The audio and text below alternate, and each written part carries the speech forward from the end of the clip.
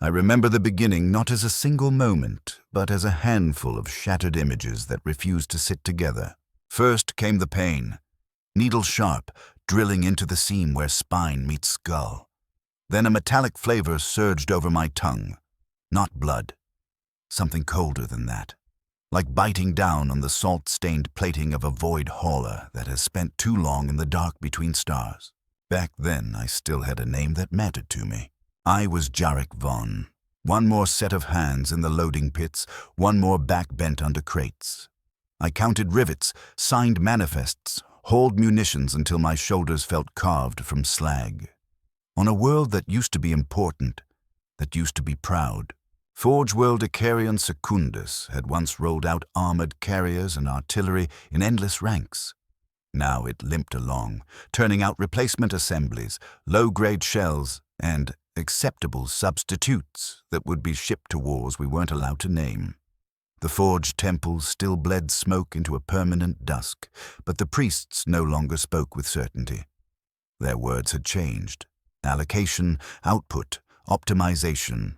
The kind of language that always arrives just before hunger does. Down where I lived, names were decoration. People called it the sump, the dregs, the underside. It didn't matter. What mattered was whether you ate, whether your ration stamp held, whether you made it to the next shift. That night I walked home through maintenance corridors, slick with condensation. Every surface tasted of rust and promethium. The manufactorum's heartbeat followed me. Clanks, hisses, the distant thunder of machines that never slept. 14 hours of lifting ammunition crates will make any man feel hollow. I was hollow. I was tired enough that the world looked like it had been rubbed thin. Then something touched my neck. Not a hand. Not metal. Something wet and precise. Pressure at the base of my skull, and a flash of pain so clean and perfect it wiped thought away. After that, my memory turns unreliable. I remember hitting the great face first, cold against my cheek. I remember a silhouette that did not belong in any sane geometry. Too many joints, too many limbs. A kind of grace that didn't need to hurry because it had already won. Then fever. Heat. Darkness broken by dreams that felt like someone else's. When I woke, I was on my cot in my hab. I told myself it had been sickness, chemical leaks, sump miasma, the usual. The back of my neck was tender, but the wound was already sealed, leaving only a hard knot beneath the skin. I should have reported it. I should have begged a medici for a scan, or thrown myself at the feet of a bio-adept. I did neither. On a Forge world, weakness is a kind of crime. Missing shifts means warnings. Warnings mean reduced rations. Reduced rations mean you don't last. At first, the changes were small enough to deny. Food tasted like dust. Everything felt flat, dead, like I was chewing imitation of a meal rather than a meal itself. I caught myself staring at shadows as if they were waiting to move when I blinked. My sleep became a place of vivid, impossible sensations, enormous hollow spaces, corridors that stretched upward into nothing, the feeling of falling, except the fall went the wrong direction, like the universe had inverted. The noise at work stopped being merely unbearable and became physical. Each clang sent a spear through my head. Each hiss of steam became a scream. The foreman's eye found me. 2 marks in a week. A third, and my rations would be halved. I learned to smile. I learned to move like a machine. And then the first blackout came. I was walking home through the same corridors, same route, same smells. One blink. Then I was standing somewhere else, in a section of underhive I couldn't name. My palms were wet. My mouth tasted of copper and salt. 3 hours had vanished as if someone had cut them out with a blade. Just exhaustion, I told myself out loud, because sometimes the sound of your own voice can hold the world together. But I already knew it was a lie. Something had been placed in me that night. Something that didn't need my permission. In the privacy of my hab, under the weak lumen and the cracked mirror, I finally looked hard. My skin had taken on a pale, gray cast. Veins at my wrists stood out darker than they should. When I bared my teeth, my canines looked wrong. Not monstrous, just slightly too long, as if my mouth was quietly becoming someone else's. Worst of all was the hunger. Not for ration paste or synthetic wafers. This hunger had no familiar target. It gnawed from the inside like a problem that demanded an answer. And then the whispers began. Not voices in my ears, something inside my skull. Wordless impressions, pressure, emotion without language, anticipation, need, direction. Sometimes I would stand still for minutes, head tilted as if listening to a conversation that no one else could hear, and then snap back with my heart pounding. The missing time multiplied. An hour gone, then 3. Once, an entire day, I came to in a deep tunnel no one used anymore, abandoned even by scavengers. My clothing was torn. There was dried blood beneath my nails. I didn't ask whose. Part of me, what was still human, thought about ending it.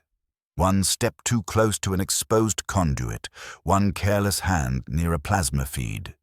Quick, clean. But another part of me, growing louder, simply refused. It soothed me with patience and purpose. It promised a coming glory when the stars would shift and the great hunger would arrive to unmake everything. I didn't have words for it yet, but the idea sat inside me like a seed. I met the others after 9 weeks. I had started wandering during my lucid hours, pulled toward places I had never visited before. Instinct led me through passages that felt like they recognized me. In a chamber that might once have housed a secondary regulator station, now gutted and forgotten, I found 3 figures. They were hunched, wrong in the way a broken tool is wrong. Still shaped like what it was meant to be, but no longer able to hide that something else had taken it. One wore the shredded remains of a manufactorum uniform. One had an augmetic arm like a tech serf. The third had gone further. Skull stretched, jaw built to hold too many teeth. They didn't greet me with words at first. They greeted me with recognition. It washed over my mind like warm oil.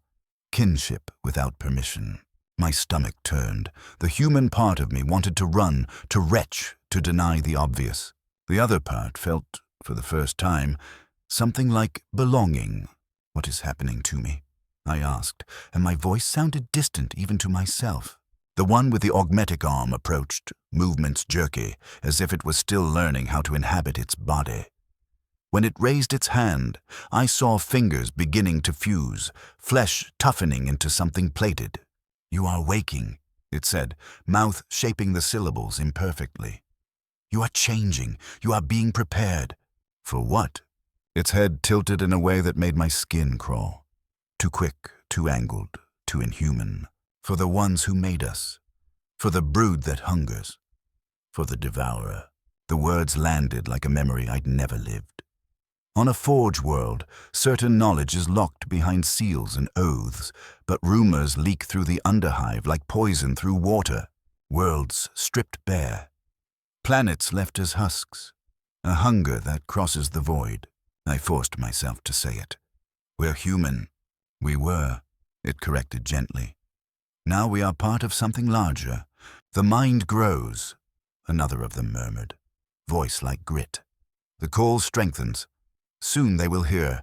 I ran through twisting corridors with my lungs burning and my thoughts tearing themselves apart. And even as I fled, I felt them in my skull. Patient, not angry, certain I would come back. Certain the thing inside me would win. So I fought the only way I knew how. I volunteered for extra shifts, hoping exhaustion would drown the whispers. I stole a small blade from the manufactorum and kept it on me. A promise.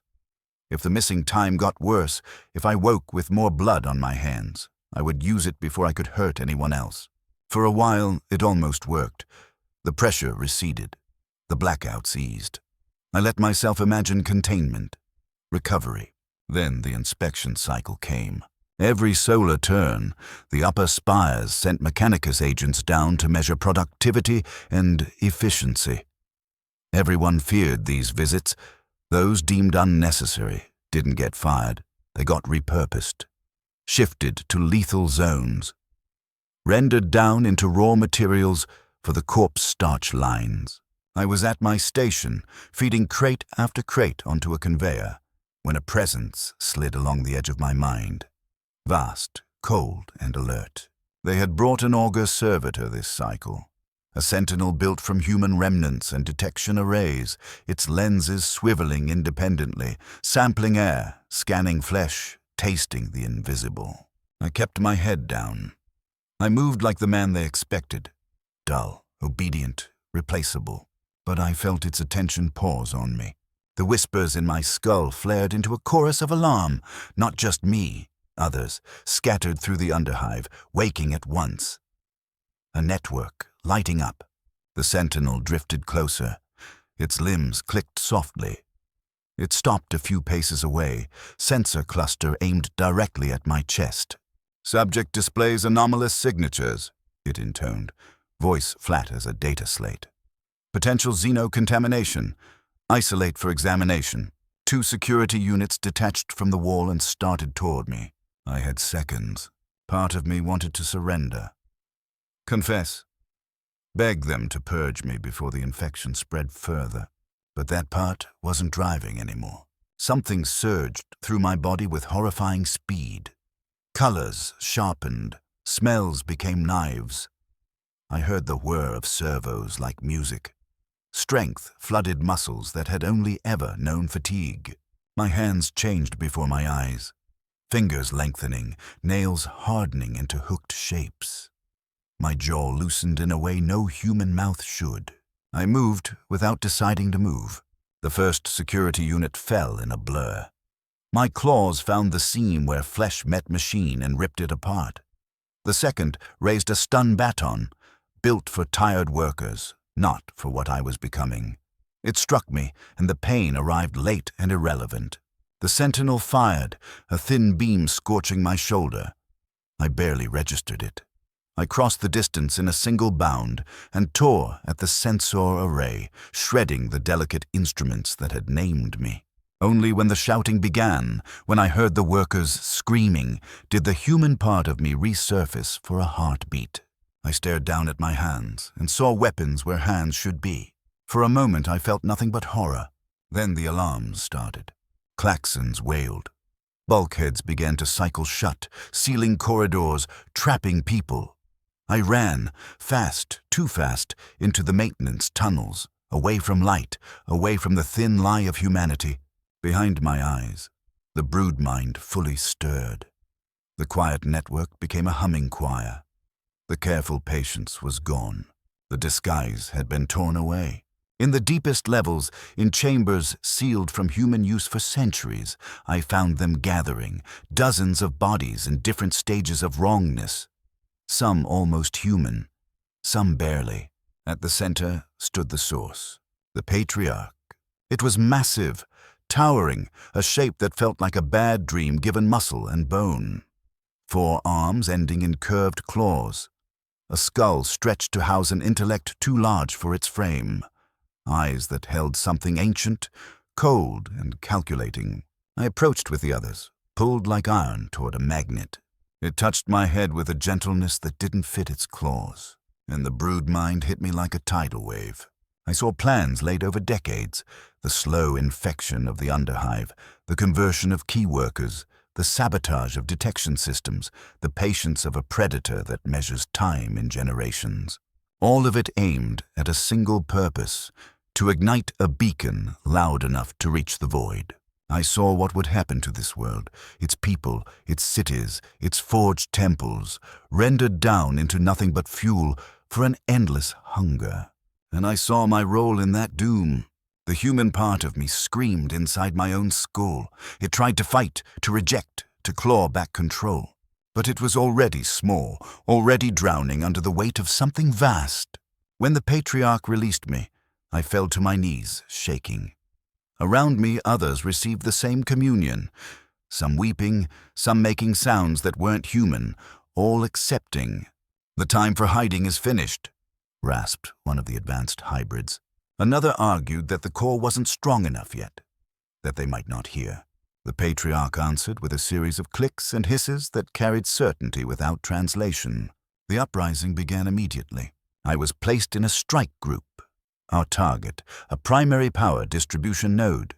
The engineers there would be converted if possible. If not, they would feed the brood. The facility's output would be redirected to power the beacon. As we moved through ducts too narrow for an unaltered man, I fought myself. I pictured the night shift engineers, ordinary, exhausted people, no different than I had been. And the thought of what we were about to do made the last human piece of me shudder. The other parts saw only biomass. We dropped into the facility without warning. 4 engineers on duty, no chance to run. One fell before he could turn from his station. Another slapped an alarm, but our kin had already cut the comm lines. The warning screamed into an empty system. One of the engineers swung a heavy wrench with desperate strength. For a heartbeat, the human part of me hoped she'd break through, escape, warn someone. Then another hybrid slammed down onto her back, driving her to the floor. I looked away. We took the last one alive, Vex. Once a Medici tech. Now something sharpened and wrong held him while I stepped close. His eyes were wide with terror, and in that terror he found the only prayer left to men like us. Emperor, protect me. The words hit me like a nail. Something in my throat flexed, an alien reflex, a hidden organ waking like a tool being unfolded. I forced my voice steady. This will hurt, I told him, because the human part of me still wanted to offer the smallest mercy possible. Then you'll understand. His screams ended quickly. With the node secured, we rewired systems we didn't truly comprehend. Except we did, because the brood mind carried stolen knowledge like cached data. We diverted power away from manufactorum levels and into the deep nest where the beacon was being grown. All across the lower levels, similar seizures were happening. Water reclamation, air circulation, transit controls. The Forge world's lungs and veins being quietly stolen. Then the brood mind shuddered. Not from triumph. Shock pain. Multiple presences went silent at once, snuffed like candles. Phantom agony tore through the network as kin died. The Mechanicus response had been faster than expected. Skitari kill teams were descending in disciplined sweeps, guided by servitor scouts and bioadepts, trained to detect the subtle wrongness in tainted flesh. They purged entire sectors where contamination was suspected. Collateral damage ignored, workers reduced to ash alongside the infected.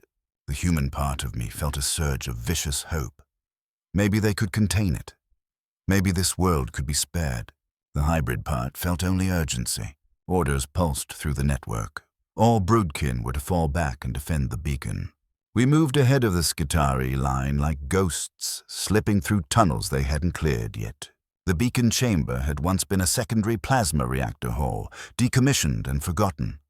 Now it had been transformed into something obscene, organic growth fused to stripped machine components, pulsing as if it breathed. Tendrils crawled across metal. Power hummed through living tissue. At its center, the Patriarch was connected by thick cords, as if the entire structure were an extension of its will. The most advanced hybrids swayed around it in rings, bodies acting out a chant that was happening mostly in the mind. We took our places on the outer edge and added our thoughts to the rising pressure. The beacon's rhythm quickened. The chamber air wavered as if reality itself disliked what we were doing. And then, far away, impossibly far, I felt something turn its attention toward us. A consciousness like winter in deep space, ancient, vast, hungry in a way no human hunger could imitate. The hive mind had heard. A tendril of awareness brushed the brood mind and acknowledged the call. They were coming. What remained of me wanted to sob, to tear at my own skull, to undo everything. But that self had become a faint voice behind thicker walls. The chant peaked.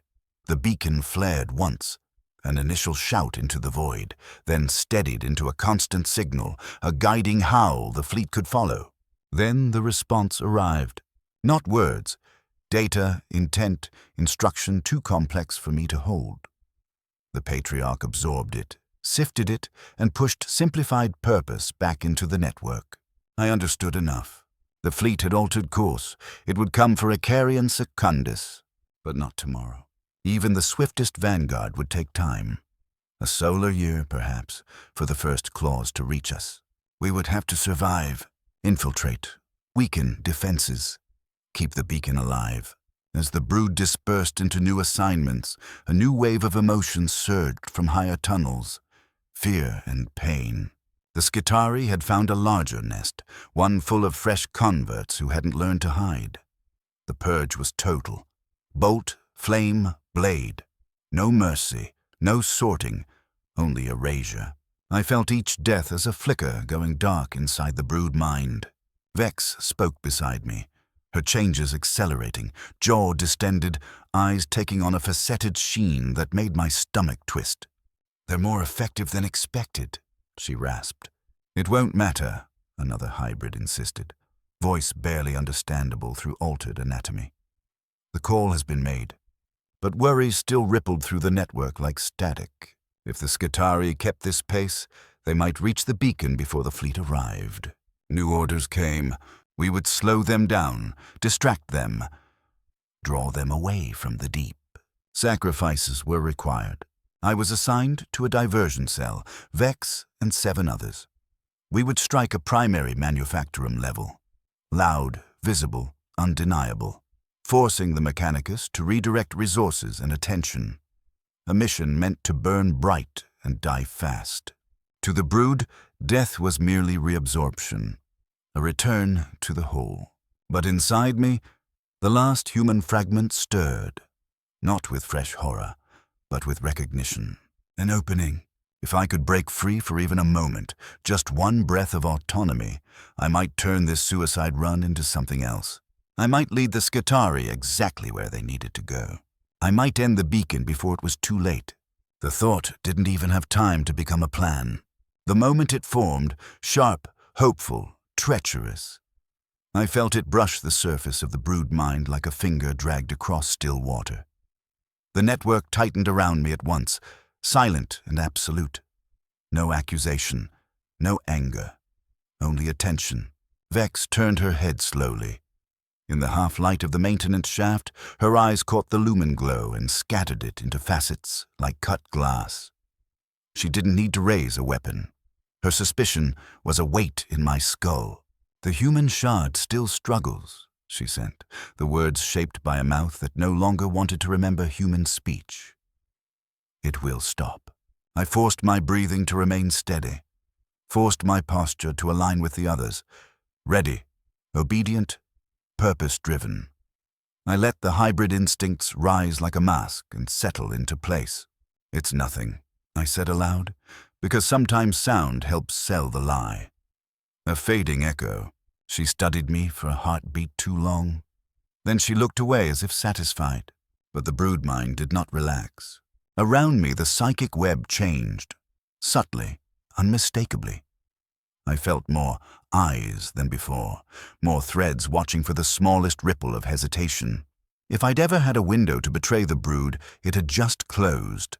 We climbed, up through forgotten service shafts and sealed access chutes, through routes that hadn't been used since the Forge world still pretended it was clean.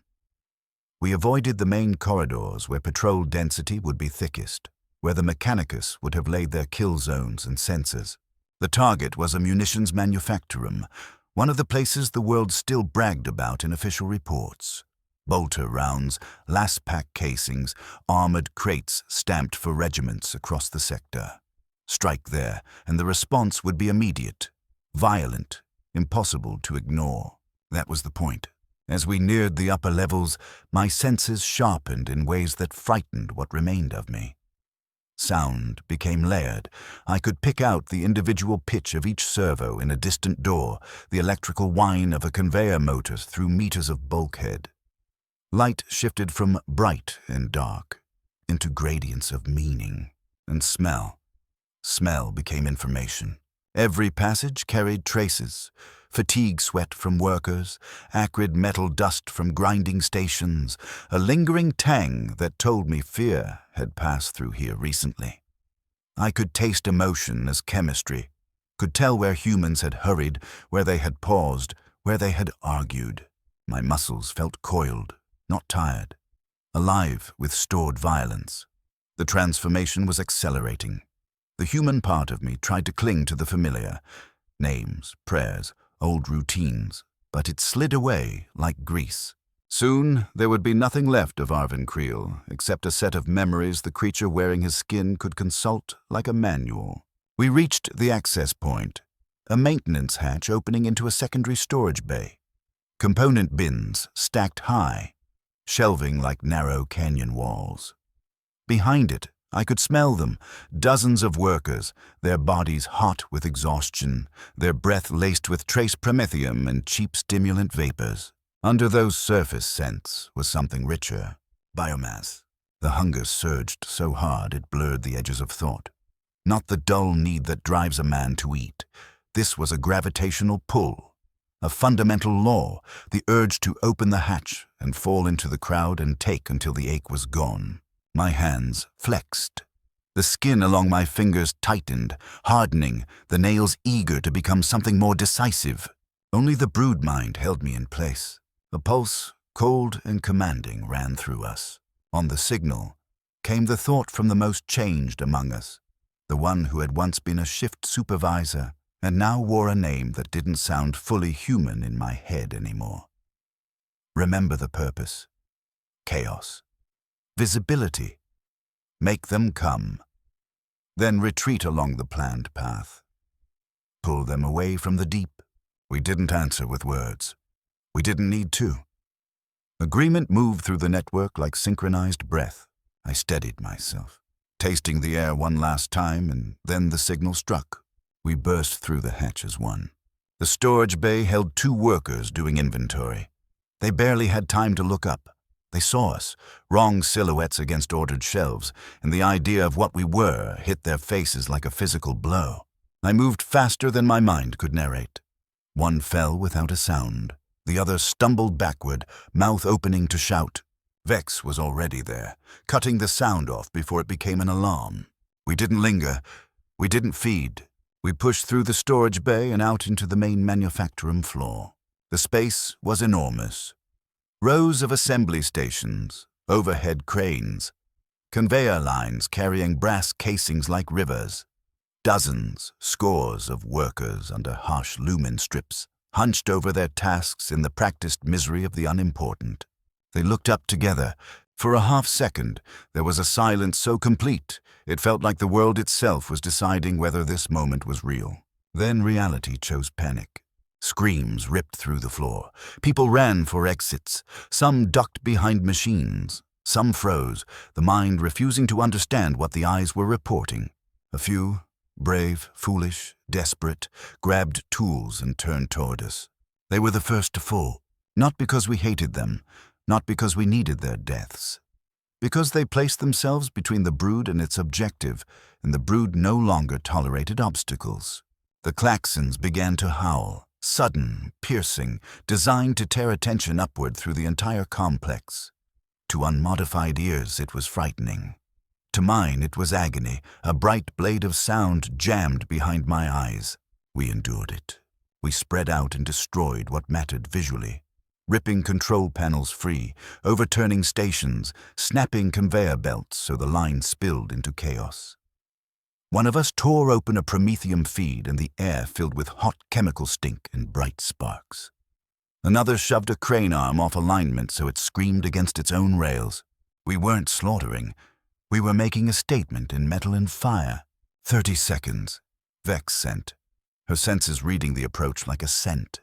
We kept moving until the last possible moment. Breaking, shattering, making sure the damage looked undeniable, impossible to downplay in a report. Then the brood mind tightened again. Now we retreated, fighting as we moved, not to win, but to be chased.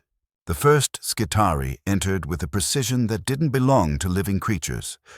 They moved like a theorem proving itself.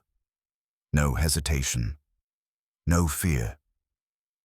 Their rifles leveled in unison, and the first beams cut the air.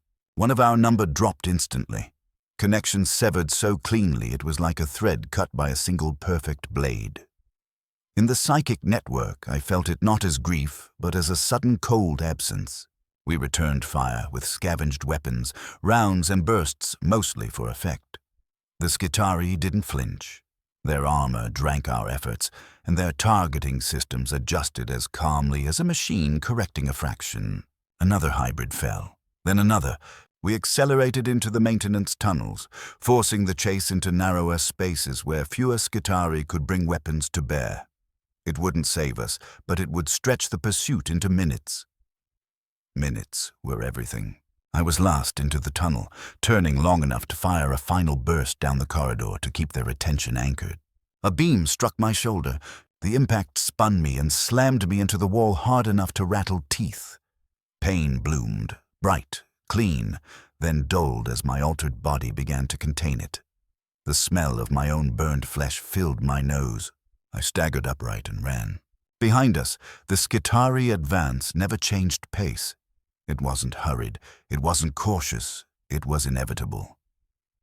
Augmetic limbs hit the decking in a steady rhythm, a mechanical heartbeat counting down to our extinction. We fled deeper, taking turns and junctions that looked random but weren't. The path existed in the brood mind, a shared map drawn from countless feet and claws over countless nights. The goal was never escape. The goal was to waste their time. Another of us was cut down at a corner, a fraction too slow.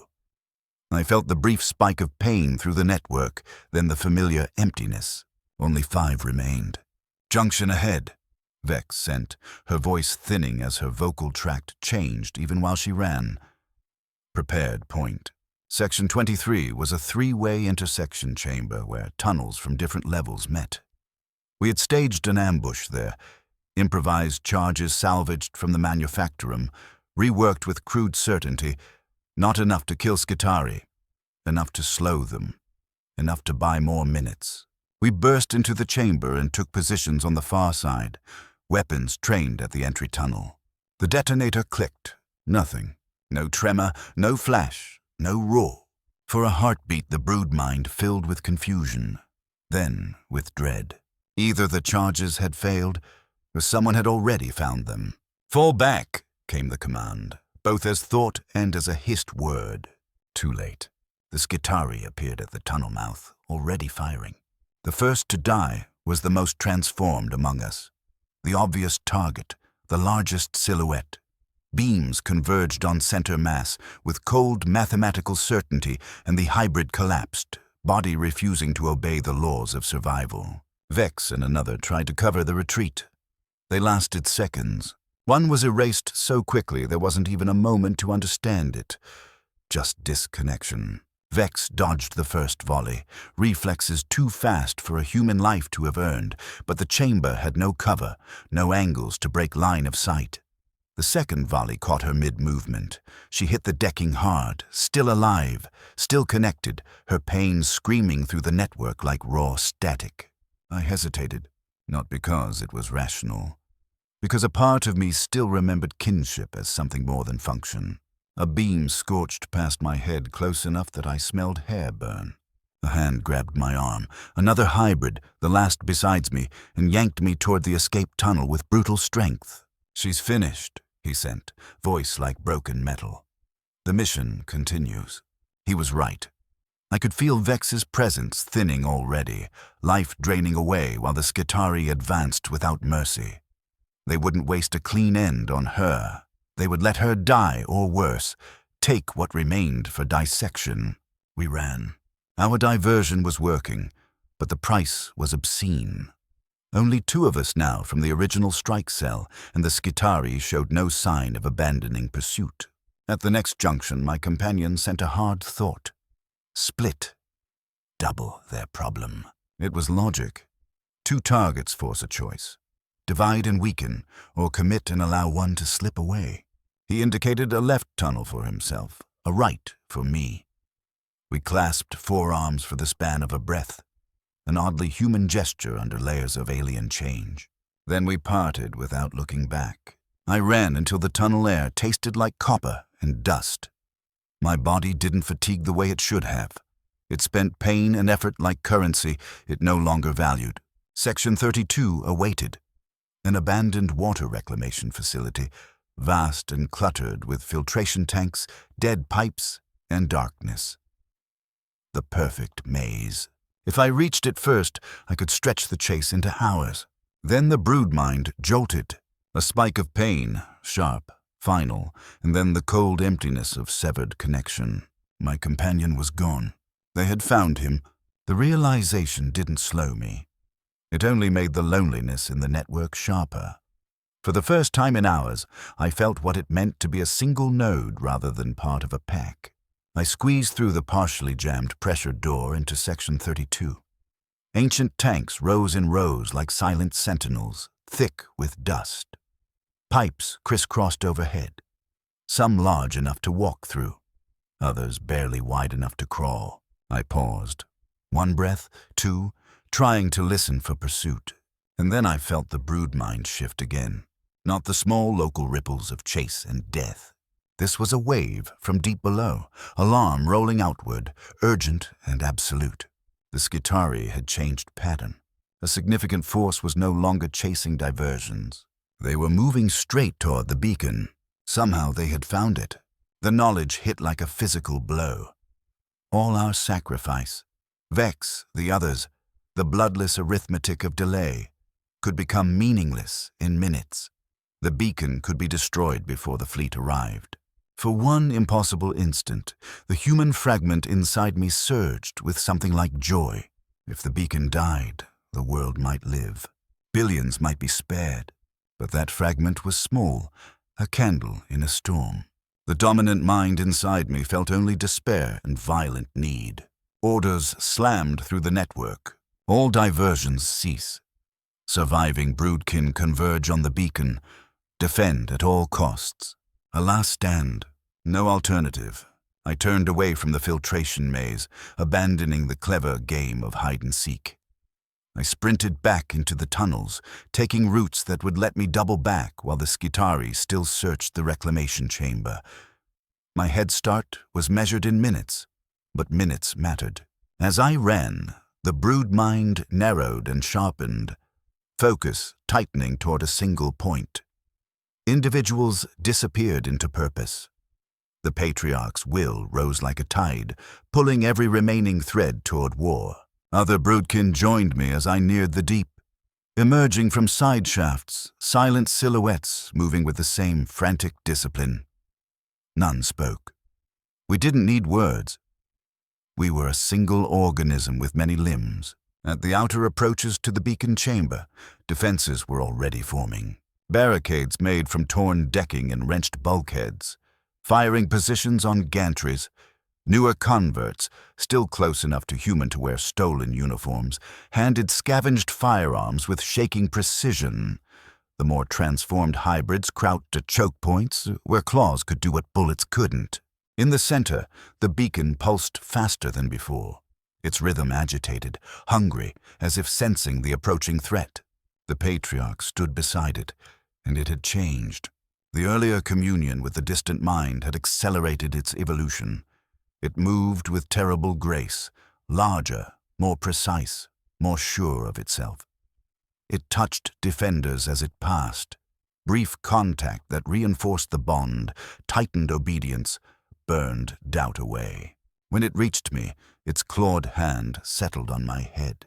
This time there were no visions, only a role, a purpose shaped like a command. I was assigned to the inner defense line, one of the last barriers between Skitarii and the beacon. Not because I was exceptional, because my transformation sat at a balance point, human enough to interface, hybrid enough to endure. If the outer defense failed, I and others like me would trigger an overload, a catastrophic psychic discharge, one violent scream instead of a steady call. The beacon would die, and so would we, but the burst might still reach the approaching fleet and guide it home. The plan was death. The brood accepted it without hesitation. So did the creature I had become. We took positions near the beacon. Bioelectric interfaces, grown and grafted, linked us to its control organs. Not machinery as the Mechanicus understood it, but something alive that translated thought into function and life into power. The first warnings came as tremors in the network. Servitor scouts dying in the outer tunnels, their brief signals cut off by ambushes. It didn't slow the main force much. The Skitarii advanced with the same ruthless logic as always. The first barricade fell, then the second. With each collapse, I felt nodes wink out in the brood mind, cold silences blooming where presences had been. By the time the third line broke, the Skitarii were at the threshold of the chamber. They paused, only briefly. Not fear, cooling weapons, receiving updated instructions, confirming angles. Then they breached. Shaped charges tore open the entry with a concussive snap, fragments spraying across defenders. Fire teams poured in behind it, disciplined and synchronized, rifles cutting down anything that showed itself. The Patriarch met them head-on. For a heartbeat, it seemed like raw physical power might rewrite the outcome. It slammed into the formation, claws ripping through armor seams, bodies falling like broken tools. The broodmind surged with feral triumph. Then the Skitarii adapted. Heavier weapons came up. Plasma light flared. The blast hit the Patriarch's center mass. Its carapace blackened, its body staggered. Yet it didn't fall. It kept moving, driven by will more than tissue. A second blast. A third. Pain roared through the network, so intense it threatened to tear my consciousness apart. But beneath the pain was command, iron and clear. Now, the Skitarii were fully committed. Their forces concentrated. The beacon still functioned. The network still held.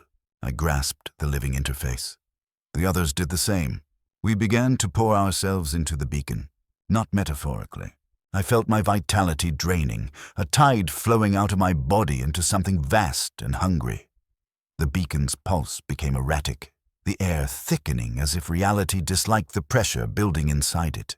Across the chamber, the Patriarch fought on, buying us seconds with its dying body, until sustained fire finally collapsed it into stillness.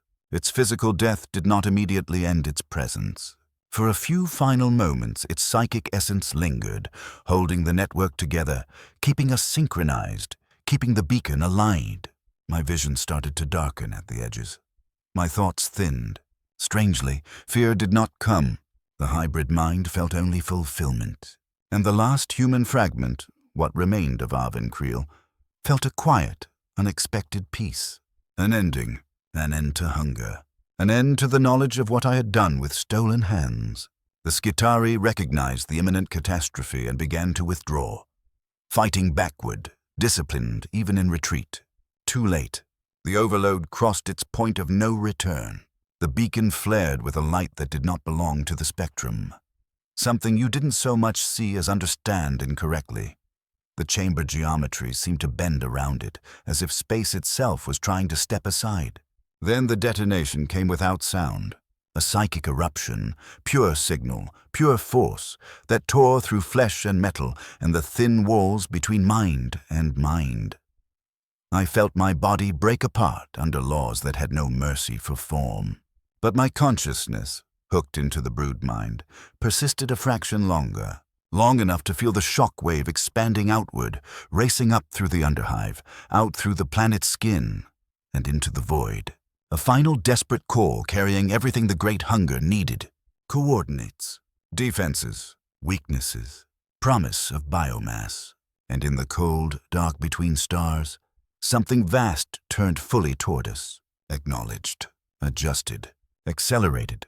The fleet would not arrive in a year. It would arrive in months. Too soon for true preparation. Too soon for evacuation. Too soon even for the Mechanicus to pretend they could sacrifice an asset like this world. As my last self dissolved, the final human thought that surfaced wasn't a prayer. It was a question, small and meaningless against the ocean of alien purpose. Had there ever been an Creel at all? Or was I always only a container waiting to be filled? Then silence, darkness, release. And yet the story did not end there. Months later, despite the purge, despite the flame and bolt and cold logic that scoured the underhive clean, despite the thousands of uninfected workers erased as acceptable loss. The first tendrils of Hive Fleet Kraken slid into the system like shadows. Orbital batteries spoke. Reinforcements arrived. Skitari legions marched. None of it was enough. Mycetic spores fell through the defense grid and bloomed on the surface like a malignant weather system. The harvest began, patient, methodical, unstoppable, until the Forge world's lights went out one by one and its cities became silent shells. In the Imperium's records, Helios Secundus would become a line item, lost to Xenos infestation. A footnote, a warning no one had time to read. But somewhere, in the distributed vastness that drives the swarm, a fragment remained. Experience stored as usable memory. The life of a dock worker. The taste of iron that was not blood. The moment a beacon screamed into the void. And the knowledge that the enemy did not arrive from the stars first. It was born in the dark beneath your feet.